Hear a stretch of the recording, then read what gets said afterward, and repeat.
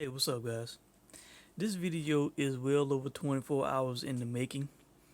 Um, Saturday, I was working and I was going through my YouTube feed. And, but actually, no, I searched the Boxing Voice, went to their YouTube channel because I was looking for some of the interviews talking to the promoters and managers. I'm a Patreon of the Boxing Voice. So I was looking forward to hearing some of the things that they had to say. I asked a couple of questions on as a Patreon of the Boxer Boys. And one of the first videos that popped up, one of the recent uploads for them, was a show that they did, which I did not get a notification for.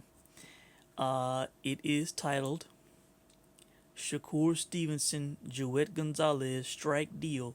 First title shot, VADA testing was delayed. All right, now this got my attention. All right, y'all know how I'm passionate about the subject of VADA in boxing, drug testing in boxing, the sport being clean, year-round testing for all the top fighters in the sport, and VADA testing being delayed caught my eye because with Shakur Stevenson, he was dropped from the WBC rankings for failing to enroll in the clean boxing program. And that happened back in June, I believe. Yes. I have an article pulled up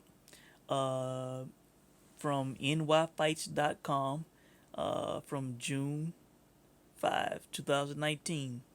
WBC removes Jose Pedraza and Shakur Stevenson from rankings for not registering for clean boxing program. All right, this kind of went under the radar a little bit. Shout out to Black Horseman in the UGC. He was the one who put me up on this. He talked about this on one of his shows. All right, and I thought this was pretty big. And ever since I heard it, when I heard it, I kind of put a big red X on Shakur Stevenson. All right. And that's how I feel about guys who don't enroll, when they get ranked, just like I did with Errol Spence and Manny Pacquiao and others, all right? Now, so I viewed Shakur Stevenson as a VADA ducker for not enrolling the clean boxing program. All right, my opinion of him uh, really changed and dipped, all right? Not really thinking high of the guy. All right, so I'm watching the show from the Boxing Voice, and Ness is referencing an article that was on Boxing Scene. All right. Um, the article is titled Shakur Stevenson, Joet Gonzalez Strike Deal, Avoid Purse Bid. And you can look this up for yourself. All right. Now, I'm going to read the highlights of this article from Boxing Scene. All right, what we're going to focus on. All right. Both sides agreed to have VADA testing, which was a major negotiating hurdle demanded by Golden Boy for the vacant 126-pound title. Golden Boy was pursuing VADA testing for the fight to ensure a fair playing field because in June, the WBC removed Stevenson from its rankings because the American fighter did not register for the WBC clean boxing program. All right, let me repeat this again now. Both sides agreed to have VADA testing, which was a major negotiating hurdle demanded by Golden Boy for the vacant 126-pound title. So Golden Boy was demanding VADA testing, and for some reason, it was a major negotiating hurdle. For some reason, the other side, the top ranked slash Shakur Stevenson side, did not want Nevada testing. They were delaying the fight and negotiations because of VADA testing. Now, why should VADA testing be a major negotiating hurdle? Think about it. If you clean, if you have nothing to hide, why should VADA testing for a fight be an issue? The guy already has, you know, a bad cloud over him and reputation took a hit because he didn't enroll in the clean boxing program. So when it comes to a championship fight, the other side wants VADA, and it becomes a major negotiating hurdle uh, to have VADA testing for the fight because you don't want it or you fighting it or whatever. You know, the level of smoke has increased around Shakur Stevenson when it comes to VADA. All right, now I'm gonna play you a clip, and this is something that I want to talk about in this video. From the show that Ness did, that I referenced, Shakur Stevenson, Joet Gonzalez strike deal, first title shot, VADA testing was delayed. This is the 5 minute and 38 second mark of the video. All right. Now, before I do this, know that, like I said, I'm a Patreon of the Boxing Voice. I like Ness. This is not an attempt to attack him or drag him down or whatever. But this is something that I need to talk about when it comes to the mindset of boxing fans, boxing commentators, mindset of people in the sport. Period. All right, and fans included. You know, and how we need to change and not give guys excuses or passes for ducking VADA testing. All right, now let me play what Ness said. Now, before any speculation gets hurled, remember, Stevenson is a top-ranked fighter. Top Rank has a very good alliance with the WBO. Why would Stevenson pay sanctioning fees in two different sanctioning bodies when he's obviously going to have that faster route in the WBO, which we can see? It's not the WBC calling a mandation, it's the WBO calling a mandation. So, why pay two sanctioning bodies? But I know that the conspiracy theorists will say, oh, he dropped out. Oh, they're pushing for testing. And that's what this is going to become. Is he a clean fighter? But guess what? He'll be clean on the night of the fight because they both agreed to VADA testing. But what's your thoughts?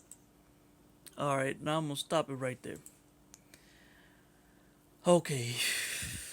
All right. Now, before I say this, his co-host, I believe this guy, they call him Doomsday, I believe. All right. Now, the guy Doomsday basically said that, that him and Ness are from New Jersey, Shakur Stevenson from New Jersey. So they kind of, from the way I took it, they kind of got a soft spot for the kid because they from the same area. All right. Now,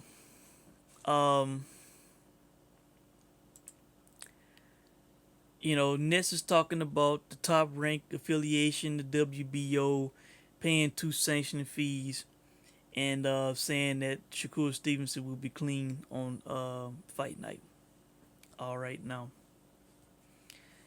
when it comes to VADA testing, all right, when it comes to year-round VADA testing, clean boxing program, under no circumstances should we give boxers an out for VADA testing because of their promoter affiliation, because they are fighting for another sanctioning body's world title, because of sanctioning fees.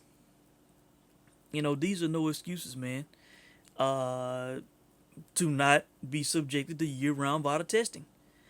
I mean, in recent memory, we've had, 2 deaths in the ring? All right. I don't think, I don't think we want anybody passing or taking, blows to the head from anybody juiced up, because of a promoter affiliation or because they are with a certain sanctioning body or because of some damn sanctioning fees, all right? Somebody dies in the ring, everybody gonna be online with their head down and moping and talking all sad and shit. Then it'll be too late. Giving guys passes for not doing year-round VADA. All right. Um, the fact of the matter is, man, like I said, top 15 champion, any weight class, any sanctioned body, you should be subjected to year-round VADA testing. All right. They gave the guy a ranking. All right. He was supposed to enroll. He did not, and he got dropped. All right. Big red flag. All right. Then another big red flag when Golden Boy wanted VADA testing, and it became a major negotiating hurdle. All right, as the article said. Oh boy. All right. So a promoter affiliation and the fact that he's fighting for another sanctioned body world title is no excuse, to not be subjected to year-round VADA testing. And when it comes to the sanctioning fees, look, you don't have to pay any fees whatsoever to be enrolled or associated with the Clean Boxing program. That's just fact, all right?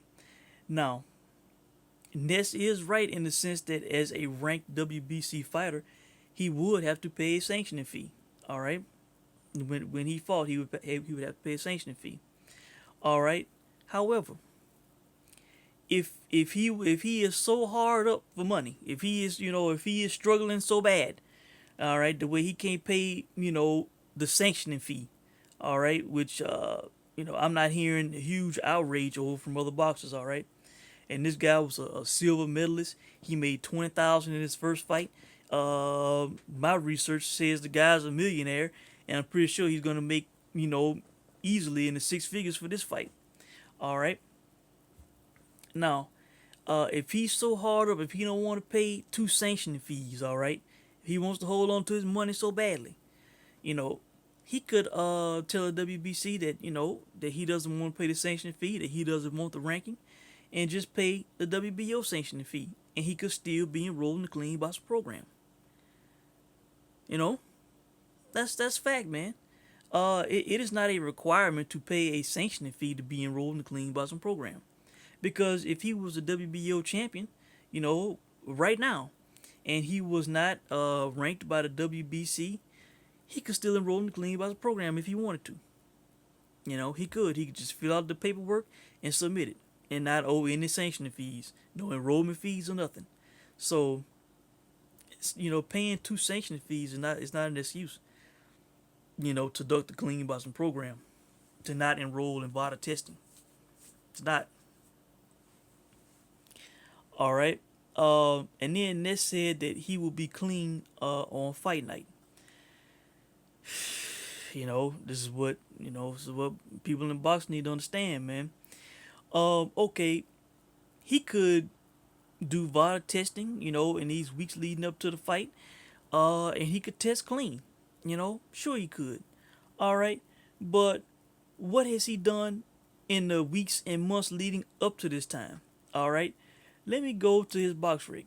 All right, this guy turned pro in April of 2017. All right, his pro debut was April 22nd, 2017. All right, it is what? It would be what? 2.5 years this guy has been a pro. All right, now out of all the fights that he's had, do you think that he has done VADA testing for any of his fights in 2.5 years? And let's see, he has had 12 fights with 7 KOs. All right, 12 fights with 7 KOs. I highly doubt he has had VADA testing for any of these fights. No VADA testing, and then not enrolled in the Clean Boxing program. All right, so he has not been subjected to any VADA testing his entire career. All right, that is safe to say. All right, and this guy has had 2.5 years. Think about it, to grow into his man body. All right, like as people like to say. Don't take my words for it. I'm hearing people, I think, in this Boxing Voice podcast, that I'm referencing. I think the guy Doomsday was talking about how he is filled out, how he has grown, since the Olympics. The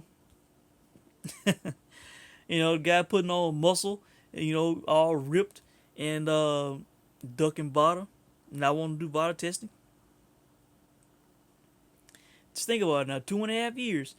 He was ranked in June by the WBC. He had a fight in April of 2019, and then on July 13th, 2019. So that was between fights when he was dropping rankings.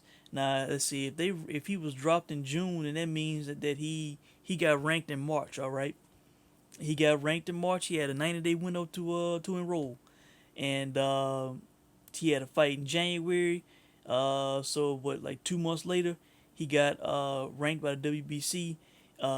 He did not enroll. Then he had one more fight, and then he was dropped from the ranks. Then he had another fight after that. You know, I'm telling you, man. If honestly, Joet Gonzalez should not even fight Shakur Stevenson, man. He should not even fight this guy. And I know this is. I read in that article, boxing scene.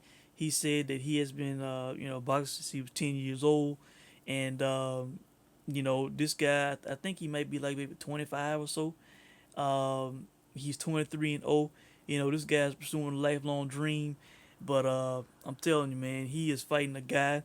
Uh, he is gonna fight a guy in October, a guy who has ducked VADA testing, did not want to do VADA testing, and I think it's safe to say in 2.5 years with him ducking VADA the way he is now, this guy could have been potentially juicing for 2.5 years, man.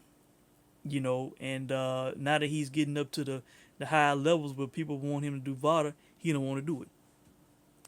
You know, this is bad, man. This is terrible. And this guy Joet Gonzalez, he could be going into this fight at an unfair advantage, man. If this guy has been juicing for 2.5 years, and let's see, Net's talking about he gonna be clean on fight night, but think about what has he done, all the months this year when he was not enrolled in the clean boxing program. You know, could he have been getting strength gains and stamina gains and all these gains in the gym from doing God knows what, and and now all of a sudden fighting for a title, and with all the months with no testing, whew, I tell you, man, that's bad. It's bad. If I was advising Joet Gonzalez, I'd tell him not even to fight the guy. Take another path to a world title. Um, Golden Boy. I would say the same. If I was his promoter, I'd say the same thing, man. Why are we gonna, um, you know, potentially fight a guy, put you in a situation to fight a guy who could be juicing, man, who was avoiding VADA, who does not want to do VADA. If I'm negotiating the fight and the guy's making us think about VADA testing, I wouldn't want anything to do with the guy, man. Nothing. So yeah, he might pass VADA testing leading up to the fight, but before VADA, what was he doing? And we all know at this point there are things out there that guys can do, and that should have cleared the system in 24 to 48 hours. You know, so he could, depending on if he was doing something, he could easily have it out of his system before VADA testing begins. You know,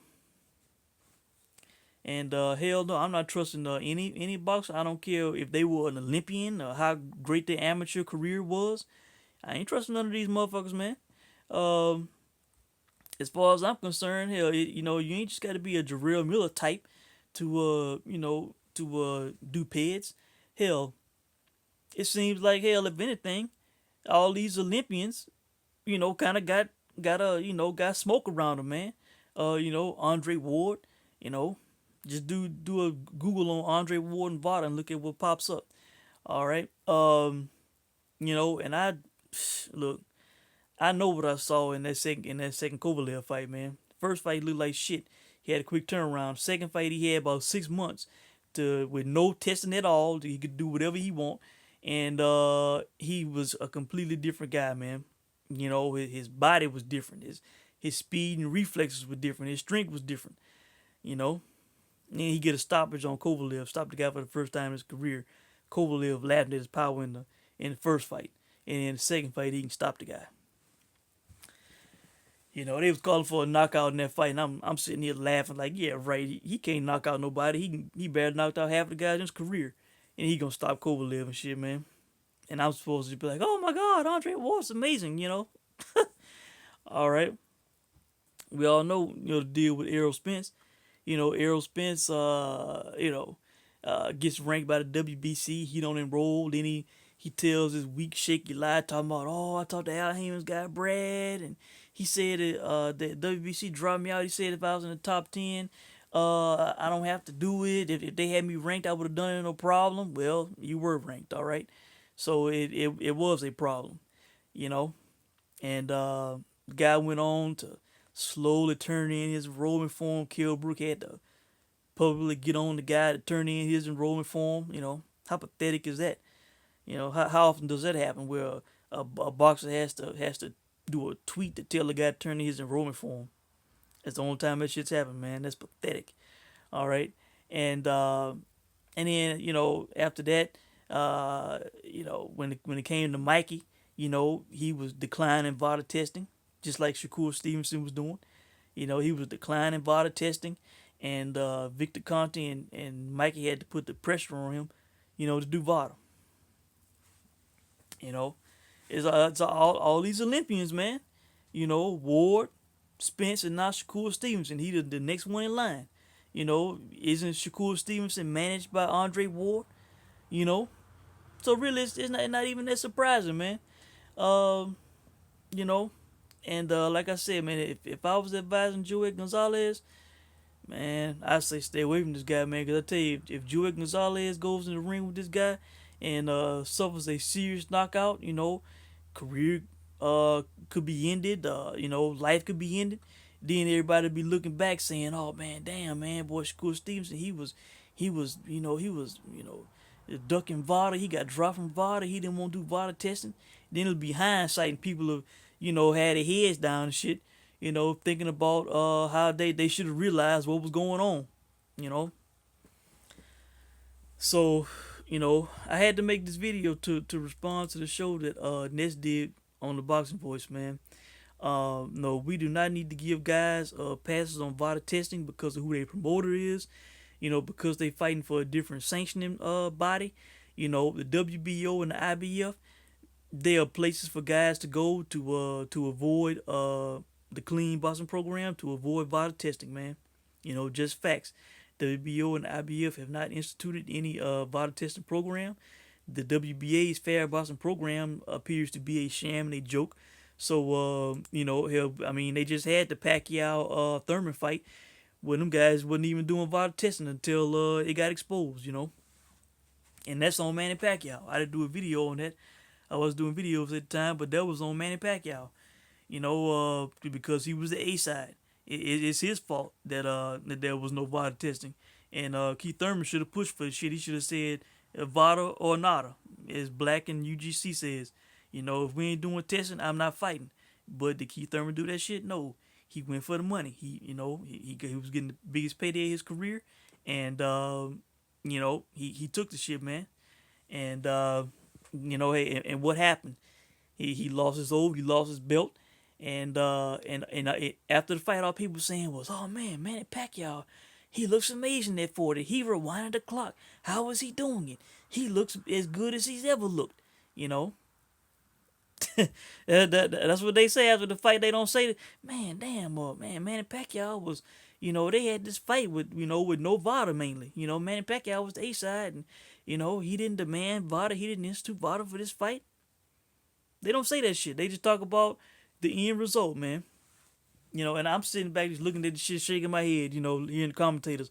Wow, he's 40, looking like he's 30 years old tonight. You know, so you know, let's just keep giving guys passes for for ducking VADA, and tell you one of these days somebody gonna get in the ring and suffer a permanent injury or get killed, and then everybody gonna come home with their head down, moping and shit. You know, saying how sad it is, how we need to clean up the sport, how we need to do this and that. You know, when they're giving guys passes the whole time.